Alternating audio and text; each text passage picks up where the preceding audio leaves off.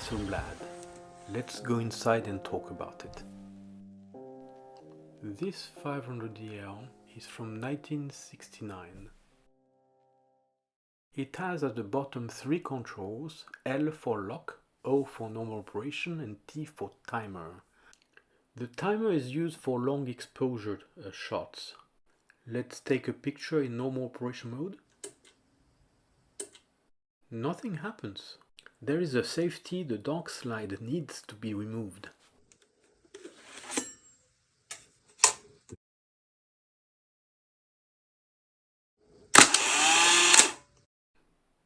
Now it works without any problem. Let's have a look at the speed and aperture selection. With the light meter we get the EV value of the scene, which are these round numbers. We turn the dial so that we get matching with the value we measured, and now we have all the combinations of speed and aperture, and they are logged together. So we just need to turn the ring to select what we want, either based on a desired aperture or a desired speed. The waist level viewfinder opens by sliding this tab. You can see the tripod on my table.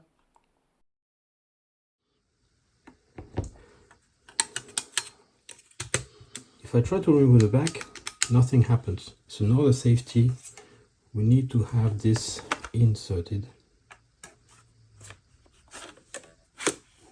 to be able to remove the film back. A lot happens when you take a picture, so let's try to go through it in sequence. First, the shutter closes. Second, the mirror folds up. Third, this back shutter opens to allow the light to reach the film. Now it's when the picture is actually taken. The shutter opens and closes at the desired or selected speed. Then the back curtain closes, the mirror goes back down, and the shutter reopens so that there is light going through to the viewfinder so that you can compose the picture. This automatic sequence is when the mode dial is set to O for normal operation. When turning the dial to S, it will fold the mirror and open the back ahead of time. So the S will only do it once.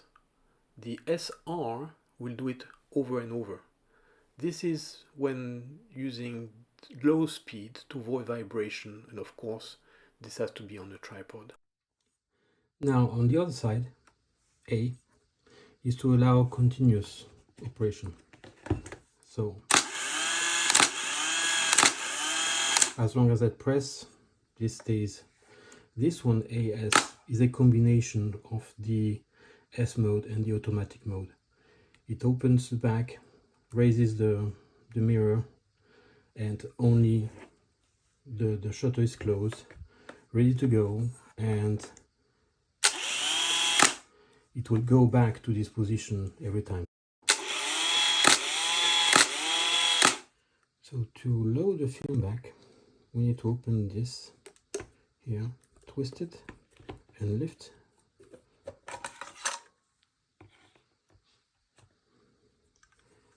So I'll use the my faithful test. So this flips, so it's in place. I'm going to wrap it around, insert it so that it grabs.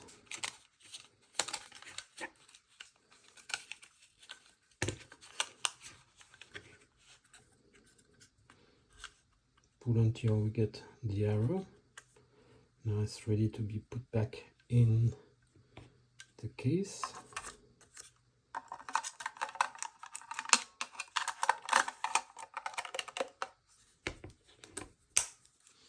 And now we need to crank it until we get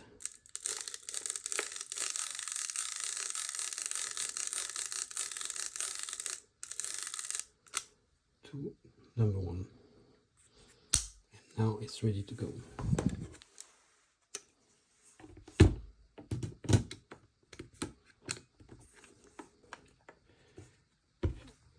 After taking the last picture, there's nothing else. Now we need to crank it to unwind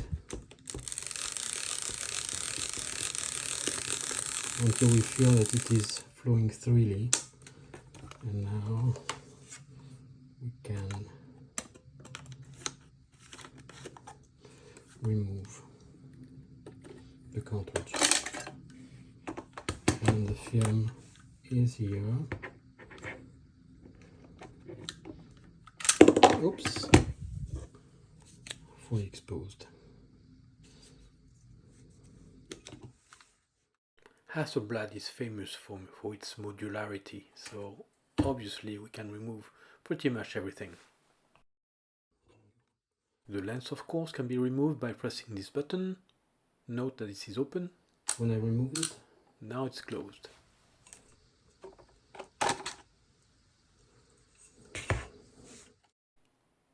And now the body is down to its bare minimum.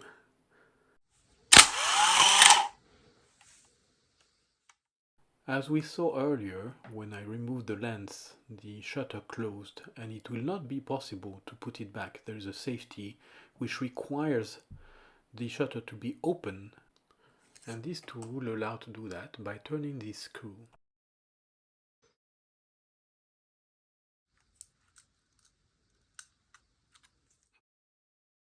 Okay, now that the shutter is open again, we can remount the lens by aligning the red marks on both the lens and the body.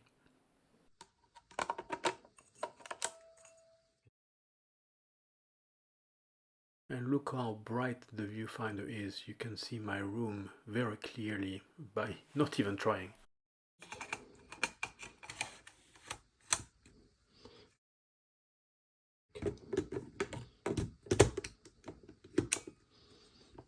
And there you have it, the 500 EL.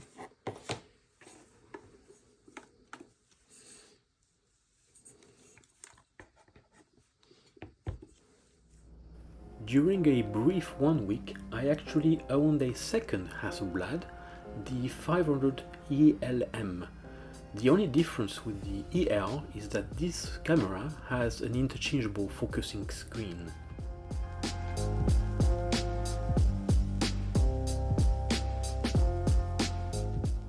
The camera is fitted here with the prestigious Carl Zeiss planar 80mm f2.8 lens. The lens has excellent optics, producing very sharp images with very little image distortion. As it was the de facto lens to use on a Hasselblad, it has very important historical significance. Many famous photographers of the 60s, 70s and 80s used the Hasselblad with that very lens. Hasselblads with that lens and a couple more were also used by the NASA Apollo and Mercury missions. The ELM is on the left, and on the right is the EL with the 50mm. Thanks for watching. Click like if you enjoyed it. Click subscribe if you want to see more content. And until next time, this is Mike signing off.